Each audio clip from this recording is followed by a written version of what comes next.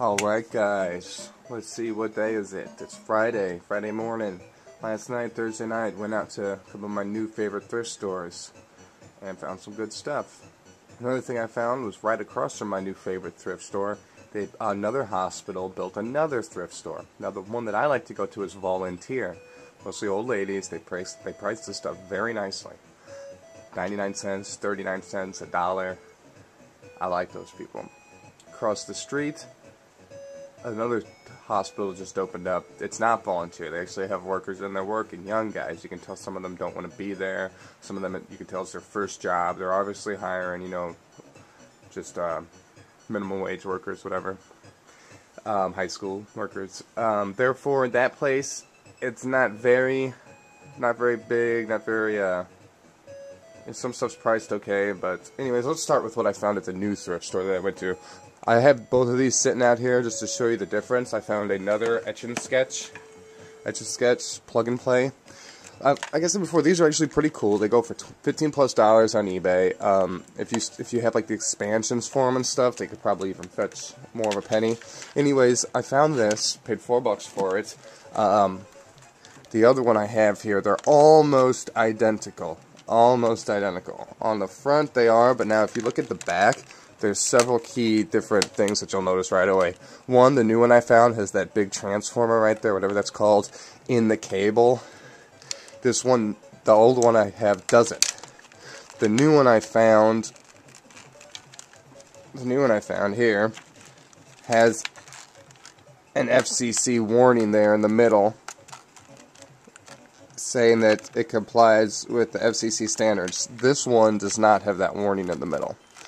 They're both made in 2004 by the same company, so whether one of these is a different, just like a different model, a different year or something, a different run, I don't know. But that's the only difference. Didn't know that at the store, just picked it up for what it is. Maybe, somebody might want one of these along the line now. So hold on to those. That was at the newer thrift store I went to. Like I said before, it's kind of a wide open place. Reminded me of Value Village. It might be good, might be bad. They did have a 1991 box of 35 of those Superstar cards from 1991. They were, like MC Hammer, Madonna. They were the cards of all those artists back then. They wanted 25 cents a card. It came out to like $9 for the box. Don't think it was worth it. Not even going to look up the price of it because I really don't care. Anyways, back to the other thrift store I was at. Let's start over here. Found Thunderhawk AH73M. Halfway in the wrapper there. This is selling for $10 to $30 online. It's, I buy PC games if they are old ones. If they say, if they say 1991 or before, I will pick them up. And this is funny. Scaled playing area of over 8,000 miles. 8,000 miles of green and sketch terrain. Let me show you what's cool about this. Yes, it is open, dropping the value of it a little bit, but it's complete with everything in there. It's got the folder with your games in there. Bada bing. And let's take a look at this Virgin Games catalog here really fast, because I saw a couple Nintendo games in there. And as you can see from the front, that looks like a Nintendo game.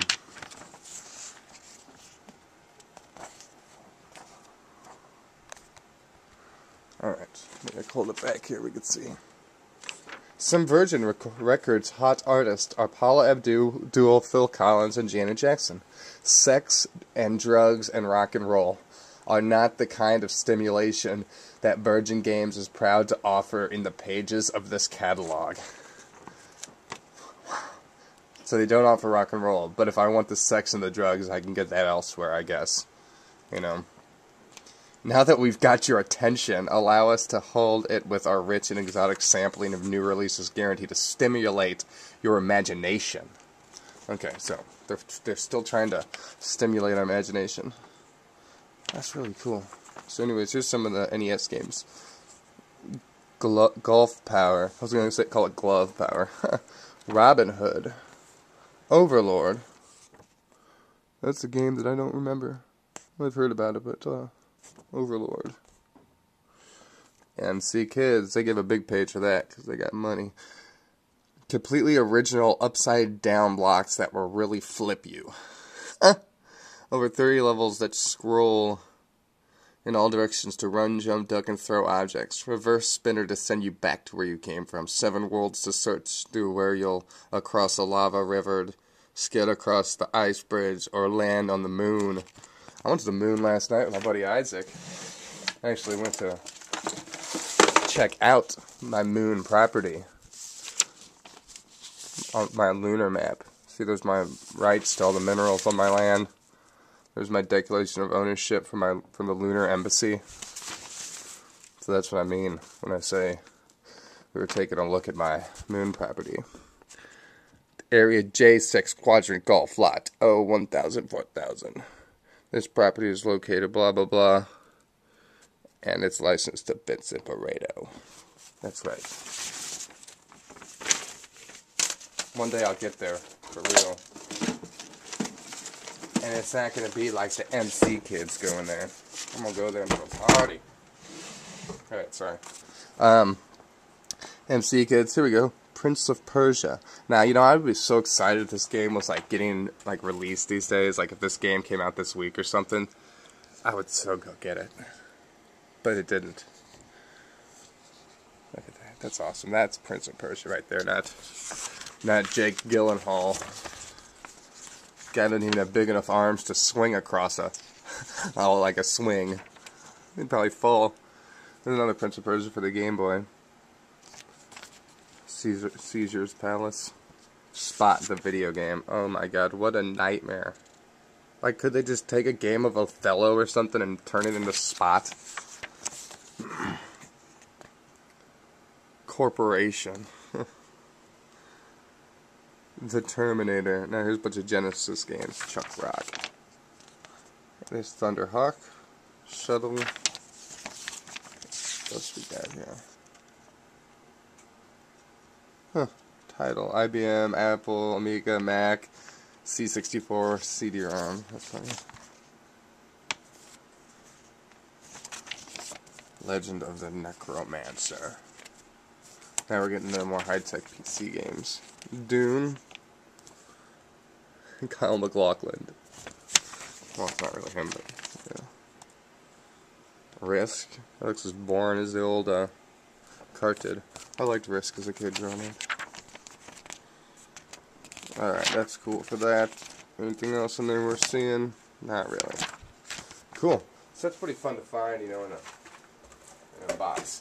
Here we go. We found. The reason I bought this was, well, because it was $1.99. Like everything. Like that game I just showed you, Thunderhawk, was 99 cents. I'd have paid 99 cents for that catalog. So that's pretty cool. Anyways, I bought this for 2 reasons. One, it's Harley Davidson, meaning there's a circle of collectors for Harley Davidson products. 2, it's a video game. Circle of collectors for video games. Radica. Anyways, there's your graphics. It's from 1991. There's one on eBay for about 15 bucks. Would like to see what an average is though. But it's like a glove, so you hold it like this while you're riding your bike, and you can play while you're riding your motorcycle, and it's like, the screen's like right there, you see. So you're riding your motorcycle, and the screen's right there, and you can like, da-da, race along. Pretty cool. Alright, last but not least, I picked this up only because it was red. I know some people like them colored carts. It's about a $2 game. Paid $3 for it anyways. Whatever. Maybe pwned one on one once or something. And then finally got myself a copy of GoldenEye 007. So, $3, not that bad. Oh, here's, last thing. My 6th N64. I think we figured out what we're going to do with these now. I'm going to try to make a wall and some kind of portal with them. As you can see, I've got 4 there. So there's 5. And then we got the 6th one over there hooked up. Now, I did find another TV at Goodwill, like my 50-inch. It was a Mitsubishi. I plugged the 64 in that I found there. Put it on the TV. The top up here had a big warp in it. There was a warp right there, and the screen was doubled.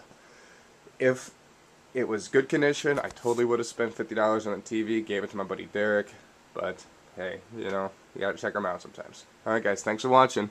Peace.